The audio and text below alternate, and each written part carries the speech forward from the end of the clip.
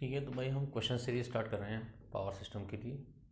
और देखिए भाई, जो हम यहाँ पर क्वेश्चन करा रहे हैं ये क्वेश्चन अक्सर या तो एसएससी जेईई में आए हुए हैं या यूपीपीसीएल के एग्ज़ाम में आए हुए क्वेश्चन है ना।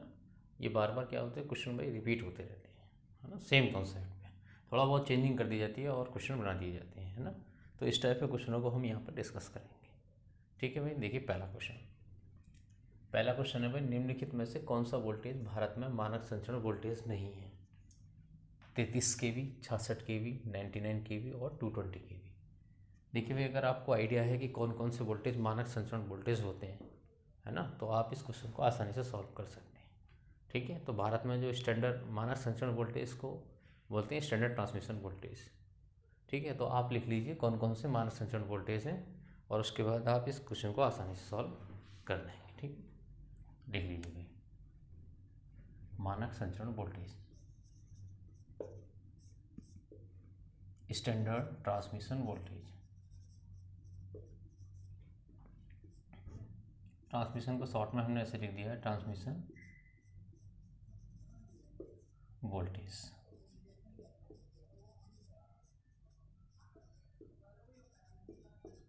मानक संचरण वोल्टेज ये कौन कौन से होते हैं भाई इंडिया में, भारत में। देखिए भाई, एक तो 33 kV है ना, एक 66 kV है, एक 132 kV है, 220 kV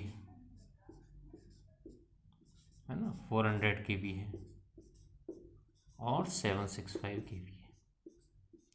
ये क्या है भाई, ये स्टैंडर्ड ट्रांसमिशन वोल्टेज है। 33 kV, 66 kV, 132 kV, 220 kV, 400 kV और 765 kV, है ना, standard transmission voltage in India.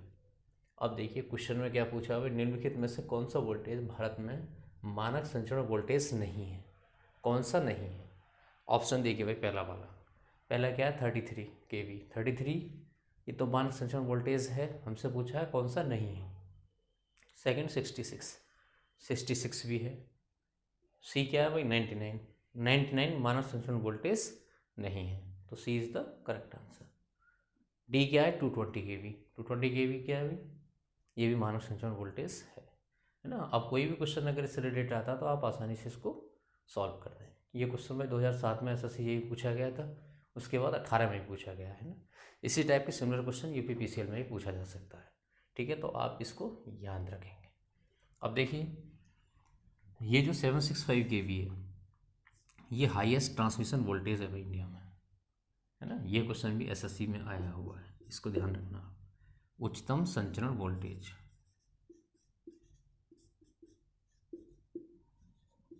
उच्चतम संचरण वोल्टेज इन इंडिया क्या है भाई, 765 kV। ध्यान रखना भाई, इसको इंपॉर्टेंट है ना। तो ये भाई क्वेश्चन हो गया, क्वेश्चन नंबर 1। क्वेश्चन नंबर 2 देखिए, क्वेश्चन नंबर 2 क्या है भाई, द्वितीय संचरण में प्रयुक्त वोल्टेज होती है संचरण, है ना। देखिए भाई, पावर सिस्टम के 3 मेन पार्ट होते हैं। पहला हमने क्या बताया था आपको, उत्पादन, जनरेशन। दूसरा होता है संचरण, ट्रांसमिशन। और तीसरा होता है भाई डिस्ट्रीब्यूशन, जिसको बोलते हैं हम वितरण, है ना। इसके 3 मुख्य पार्ट होते हैं पावर सिस्टम का। उत्पादन में क्या, हम इलेक्ट्रिसिटी को जनरेट करते हैं, है ना। और ट्रांसमिशन, संचरण में क्या करते हैं हम उसको, जहाँ पे हम उसका यूज़ करना है संचरण की सहायता से, with the help of transmission line हम उसको वहाँ पे ट्रांसफ़र करते हैं। और तीसरा पार्ट होता है वितरण, डिस्ट्रीब्यूशन, जहाँ पे उसका यूटिलाइजेशन करना। ठीक है, तो उस क्वेश्चन पूछा है द्वितीय संचरण में प्रयुक्त वोल्टेज होता है ना। तो यहाँ पे एक बेसिक डायग्राम बनाएंगे हम और उसके बेस पे हम उसका आंसर, ठीक है, निकालेंगे। ये लिख लिया भाई, ये वाला। ठीक, देखिए भाई,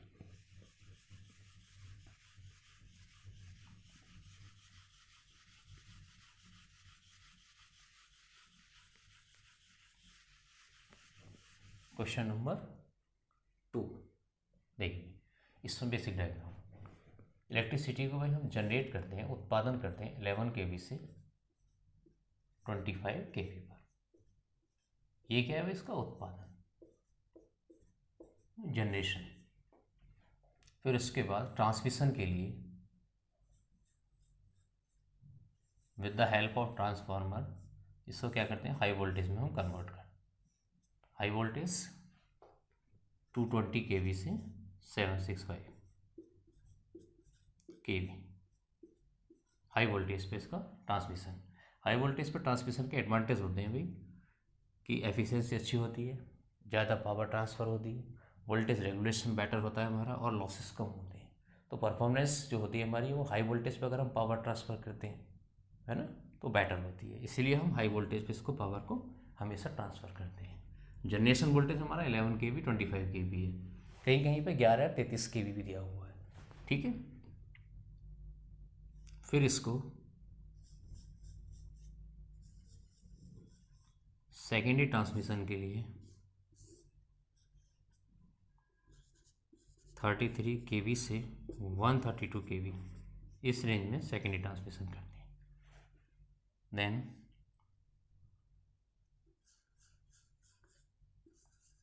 डिस्ट्रीब्यूशन के लिए फिर क्या करते हैं भाई, इसको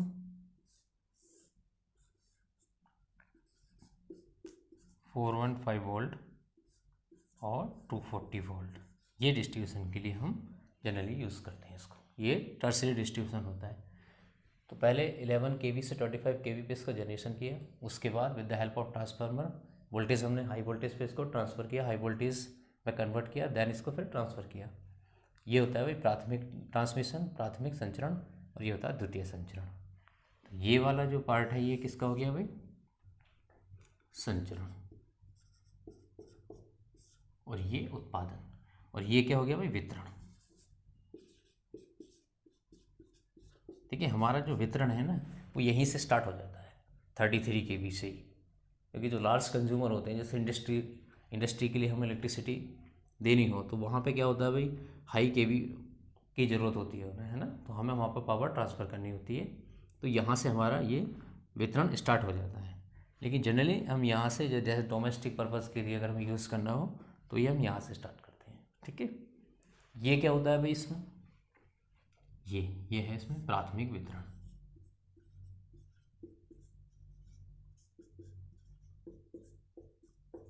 प्राथमिक वितरण इस रेंज में वोल्टेज कितना होगा भाई, 220 kV से 765 में। स्टैंडर्ड मानक संचरण वोल्टेज कितना होगा, अभी हमने लिखवाया था, कितना होगा 220 kV, फिर 400 kV आएगा इस रेंज में, और देन 765 kV। 765 kV क्या है भाई, highest transmission voltage in India. ये हो गया प्राथमिक संचरण। ये वितरण नहीं है भाई, संचरण है, प्राइमरी ट्रांसमिशन। ये क्या है भाई, ये द्वितीय संचरण। ये और इसमें जो मानक संचरण वोल्टेज कितना होगा भाई, 33 kV, है ना, देन 66 kV और 132 kV, ये आ गया, ठीक है। और ये हमारा 415 240 वोल्ट जो हम यूज़ करते हैं डिस्ट्रीब्यूशन के लिए, ठीक है भाई। अब देखिए क्वेश्चन क्या पूछा है भाई। क्वेश्चन है द्वितीय संचरण में प्रयुक्त वोल्टेज होती है। द्वितीय संचरण में कौन कौन सा वोल्टेज है भाई, किस क्या रेंज है, 33 kV से 132 kV, है ना। तो कितना हो गया, 33 kV, 66 kV और 132 kV, ये है मानक संचरण वोल्टेज इसमें। तो इसमें ऑप्शन क्या दिया हुआ भाई, 11 kV। 11 kV क्या है, ये तो हमारा जनरेशन है ना, ये तो नहीं होगा ऑप्शन। 440 kV, 440 kV किस में है भाई, इस रेंज में, है ना। तो ये हो गया प्राथमिक संचरण में। हमसे पूछा द्वितीय संचरण में, द्वितीय 230 वोल्ट। 230 वोल्ट क्या है भाई, ये तो इसमें है डिस्ट्रीब्यूशन के लिए, है ना। 33 kV, 33 kV का 33, 66, 132, ये किस में है, द्वितीय संचरण में।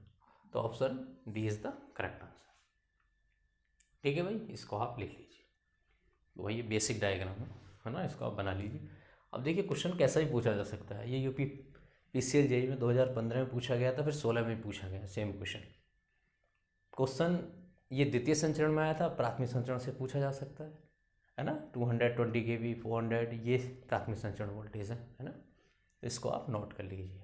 यह जनरेशन से पूछा जा सकता है, क्वेश्चन कैसा ही पूछा जा सकता है।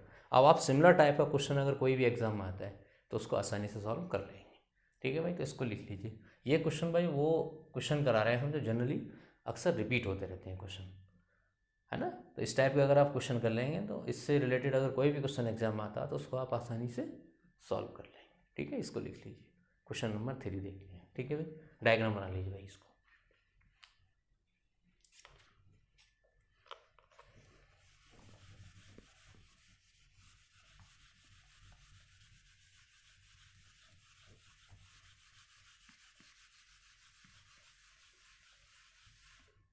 ठीक है भाई, बना लिया भाई ये डायग्राम।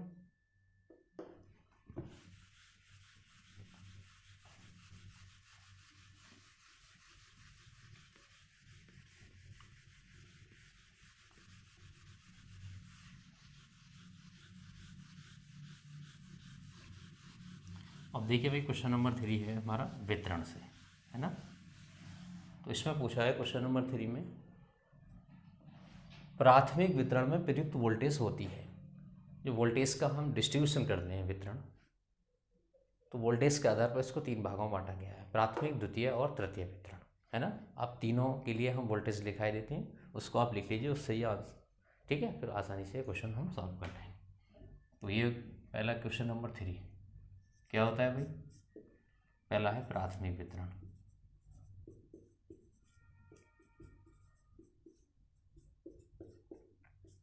इसको बोलते हैं प्राइमरी डिस्ट्रीब्यूशन। प्राइमरी डिस्ट्रीब्यूशन, इसका इसमें वोल्टेज कितना होता है भाई, 33 kV या इससे ऊपर, है ना।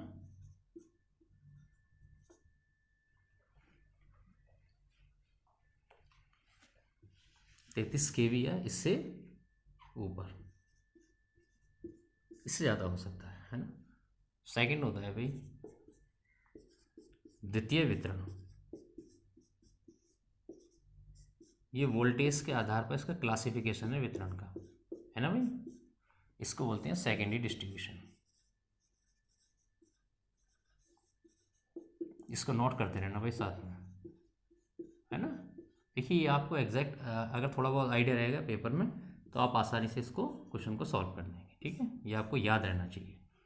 द्वितीय वितरण वोल्टेज होता है भाई 11 kV, ये स्टैंडर्ड है 6.6 kV और 3.3 kV, ये द्वितीय वितरण का है। सी है भाई तृतीय वितरण,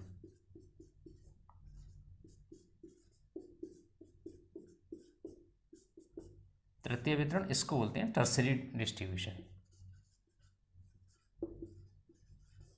टर्सरी डिस्ट्रीब्यूशन। इसमें जो वोल्टेज होता है भाई वो होता है 415 वोल्ट 3 फेज सप्लाई के लिए। ठीक है भाई, ये आपका डिस्ट्रीब्यूशन, वितरण का क्लासिफिकेशन किसके, वोल्टेज के आधार पर। ठीक है, अब देखिए क्वेश्चन क्या पूछा है हमसे। क्वेश्चन पूछा है भाई प्राथमिक वितरण में प्रयुक्त वोल्टेज होती है। देखिए पहला 11 kV, 11 kV किस में है भाई, ये तो द्वितीय वितरण में है, ये नहीं है। ठीक है, 415 3 फेस ये किस में है, तृतीय वितरण में, ये भी नहीं है।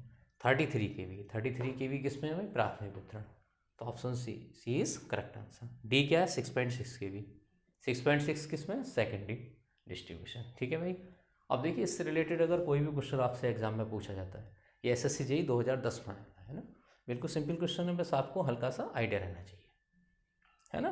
तो अब कोई भी क्वेश्चन आता है या सेकेंडरी डिस्ट्रीब्यूशन का पूछ लेंगे, है ना, या प्राइमरी से या टर्सरी डिस्ट्रीब्यूशन, तो आप आसानी से क्वेश्चन सॉल्व कर देंगे। ठीक है, इस टाइप का अगर कोई भी क्वेश्चन बनता है तो आप आसानी से सॉल्व कर देंगे।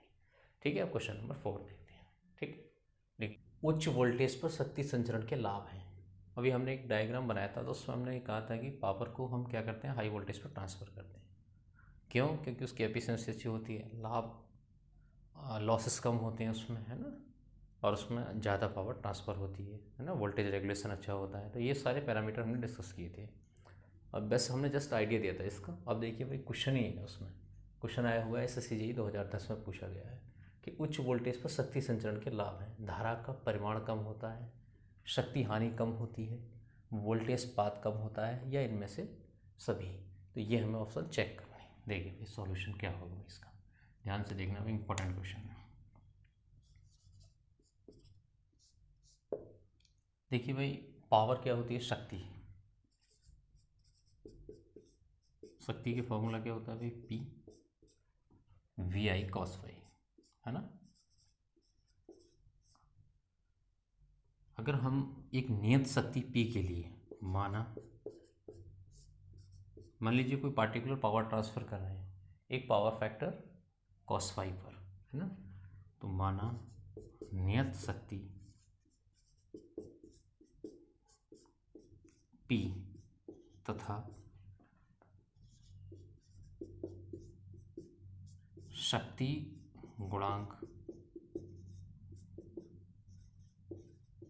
cos phi, ये भी क्या है भाई, नियत है, दोनों नियत। माना नियत शक्ति P तथा नियत शक्ति गुणांक cos phi पर क्या हो जाएगा। देखिए भाई P भी नियत है और आपका cos phi भी नियत है, तो ये जो VI है, VI क्या हो गया भाई, VI भी नियत हो गया, दैट मीन्स VI कांस्टेंट हो गया। या हम यहाँ से क्या कह सकते हैं, I inversely proportional to V, यानी कि I क्या हो गया भाई, 1/V।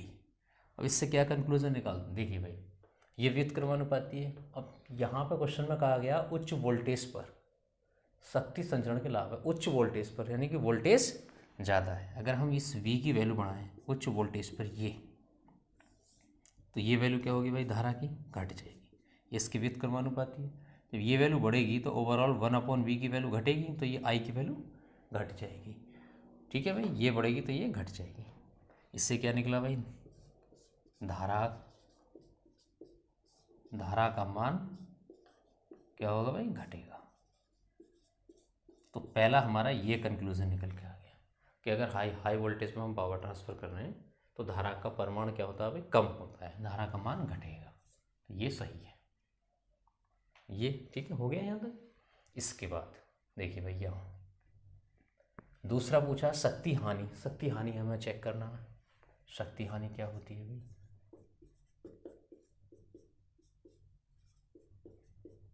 शक्ति हानि ये होती है I²R। जब हाई वोल्टेज पर करंट की वैल्यू क्या हो रही है, घट रही है ना। जब ये वैल्यू घट रही है तो I² ओवरऑल क्या हो जाएगा भाई, ये घट जाएगा। तो शक्ति हानि क्या होगी भाई, घट जाएगी, घटेगी, शक्ति हानि भी घटेगी, शक्ति हानि कम होती है, ये भी कम होगी, है ना। तीसरा है वोल्टेज पात। क्या है भाई, वोल्टेज पात। वोल्टेज पे आता होता है वोल्टेज ड्रॉप, इसको बोलते हैं voltage drop, voltage drop.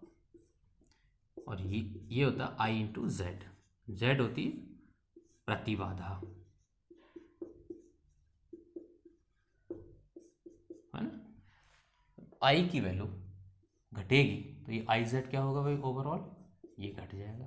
That means कह सकते हैं कि वोल्टेज पाथ कम होता है, तो ये भी कम हो जाएगा। अब ये तीनों क्या है भाई, सही है, और डी ऑप्शन दिया हुआ है इनमें से सभी, दैट मीन्स ये सभी सही है। ये हो गया भाई आपका क्वेश्चन, ठीक है। अब देखिए इस क्वेश्चन में सिर्फ P VI cos phi, एक मान लीजिए हम कोई पार्टिकुलर पावर और पावर फैक्टर की बात कर रहे हैं, तो उसके लिए ये कांस्टेंट, तो VI क्या हो जाएगा भाई, कांस्टेंट। तो I inversely proportional to 1/V, इससे रिलेशन आ गया। हाई वोल्टेज पर अगर V हाई होगा तो I की वैल्यू कम होगी, तो पहला धारा का परिणाम कम होगा।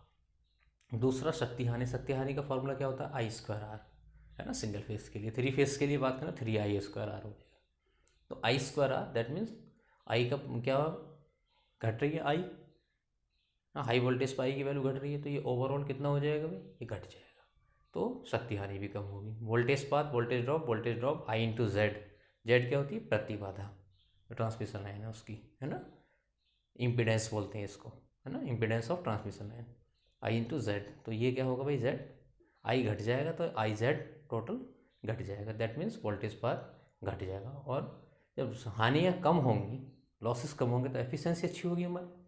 और वोल्टेज ड्रॉप अगर घट जाएगा, वोल्टेज ड्रॉप जितना कम होगा उतना ही हमारा वोल्टेज रेगुलेशन बेटर होगा। ये परफॉर्मेंस पैरामीटर होते हैं इसके, ठीक है भाई। ये बहुत इंपॉर्टेंट क्वेश्चन है, इसको लिख लीजिए। ठीक है। अब देखिए क्वेश्चन नंबर 5, ठीक है, नोट कर लिए भाई, ठीक है। अब देखिए भाई क्वेश्चन नंबर 5, क्वेश्चन नंबर 5 है, निम्न में से किस पर बिजली का संचरण सस्ता होता है? सस्ता मतलब अभी बताएंगे। बहुत उच्च वोल्टेज पर अगर हम पावर को, शक्ति को बहुत उच्च वोल्टेज पर ट्रांसफ़र करें, संचरण करें उसका, तो वो सस्ती होगी, या बहुत कम वोल्टेज पर संचरण करें वो सस्ती होगी, या बहुत अधिक धारा पर संचरण करें वो सस्ती होगी, या इनमें से कोई नहीं। ये हमें चेक करना है, ठीक है भाई। ये लिख लिया भाई, ये वाला।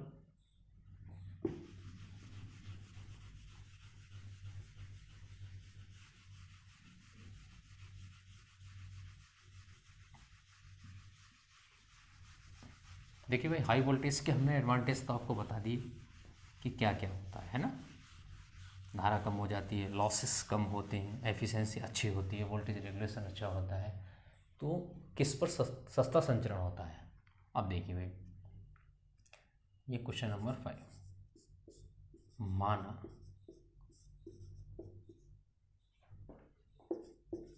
वोल्टेज को m गुना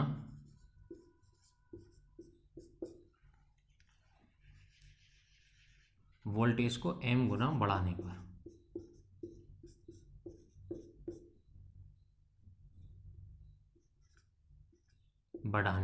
है ना भाई। अगर हम वोल्टेज को क्या करें, m गुना बढ़ा दें, दैट मीन्स जो नया वोल्टेज है उसको mv कर दें।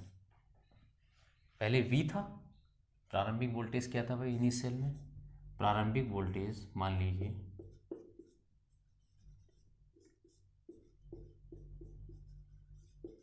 प्रारंभिक वोल्टेज था हमारा v, और अब वोल्टेज को m गुना बढ़ा दें तो v डैश कितना हो जाएगा, mv।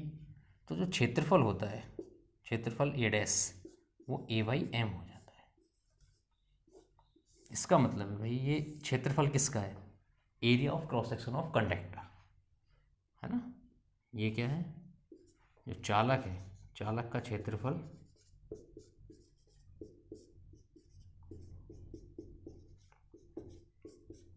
वन बाई एम गुना हो जाता है, 1/m गुना हो जाता है, दैट मीन्स कम हो जाता है।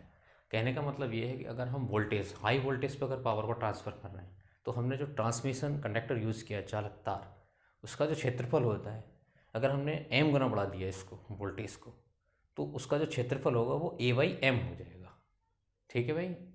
कितना भी हो सकता है, 4 गुना, 5 दुगना, 1.5 गुना, है ना। तो ये क्षेत्रफल डिवाइड बाई जितना भी फैक्टर हमने इंक्रीज़ किया है वो हो जाएगा। दैट मीन्स ये एरिया क्या होगा, इफेक्ट जो टोटल एरिया है क्रॉस सेक्शन, ये वाला एरिया जो ट्रांसमिशन कंडक्टर हमने यूज़ किया उसका एरिया घट जाएगा।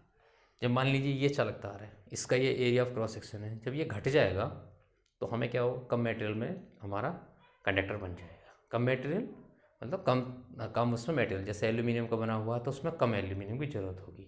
तो क्या होगा भाई, हाई वोल्टेज पावर सस्ता हो जाएगा, है ना। ठीक है, तो हमारा आंसर क्या हो जाएगा, बहुत उच्च वोल्टेज पर।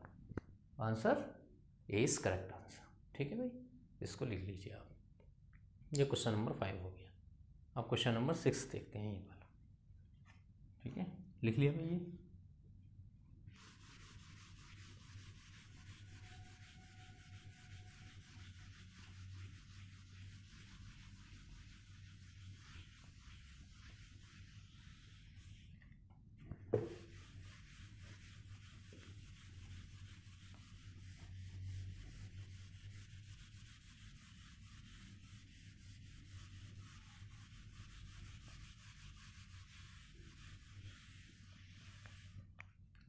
अब देखिए भाई ये 6 क्वेश्चन क्या कह रहा है अभी, मध्यम संचरण लाइन की लंबाई होती है। जो मध्यम संचरण लाइन होती है, देखिए भाई जो संचरण लाइन होती है, ट्रांसमिशन लाइन, उसको हमने 3 पार्ट में क्लासीफाई किया है अकॉर्डिंग टू लेंथ ऑफ, उसकी लंबाई के आधार पर, है ना। लंबाई के आधार पर हमने जो संचरण लाइन है उसको 3 भागों में बांटा है। पहला होता है शॉर्ट, दूसरा होता है मीडियम, और तीसरा होता है दीर्घ, ठीक है। पहला कौन सा भाई, देखिए 6, जो ट्रांसमिशन लाइन होती है, पहला होता है भाई शॉर्ट ट्रांसमिशन लाइन।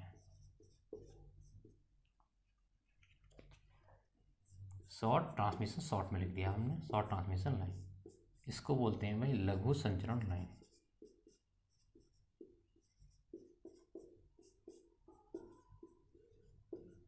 लघु संचरण लाइन, इसकी जो लंबाई होती है भाई, इसकी जो लंबाई होती है एल, मान लीजिए एल है, तो ये 80 किलोमीटर से कम होती है ना, 80 किलोमीटर से कम। और इसका जो ऑपरेटिंग वोल्टेज होता है,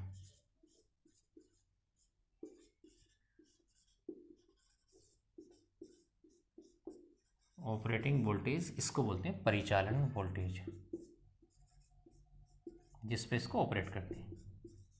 परिचालन वोल्टेज किसके लिए? शॉर्ट के लिए। कितना होता है भाई ये? V लेस देन 20 kV, है ना, ये शॉर्ट ट्रांसमिशन लाइन के लिए। इसमें B है भाई मीडियम ट्रांसमिशन लाइन।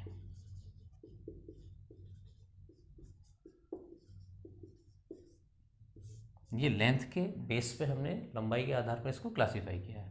मीडियम को क्या बोलते हैं भाई? मध्यम संचरण लाइन। मध्यम संचरण लाइन, इसमें जो लेंथ होती है भाई, लंबाई इसकी एल, इसकी जो लेंथ होती है उसकी रेंज होती है 80 किलोमीटर से 240 किलोमीटर तक, है ना। और इसमें जो ऑपरेटिंग वोल्टेज होता है भाई V, इसकी रेंज होती है 20 kV से 100 kV तक। ये होगी मीडियम ट्रांसमिशन लाइन, ठीक है। तो लंबाई के आधार पर हमने 3 भागों में बांटा इसको, शॉर्ट, लघु संचरण लाइन, दूसरी क्या है मीडियम मध्यम संचरण लाइन, और तीसरा है भाई इसमें सी यहाँ पे लिख लीजिए भाई, लॉन्ग ट्रांसमिशन लाइन। इसको बोलते हैं भाई दीर्घ संचरण लाइन, दीर्घ संचरण लाइन। इसकी जो लंबाई होती है भाई एल, फिजिकल लेंथ एल, ये होती है 240 किलोमीटर से ज़्यादा। यानी कि 240 किलोमीटर से ज़्यादा वाली जो लाइनें होती हैं वो क्या होती हैं? दीर्घ संचरण लाइन होती हैं। और इनका जो ऑपरेटिंग वोल्टेज होता है वो 100 kV से ज़्यादा होता है, ठीक है भाई।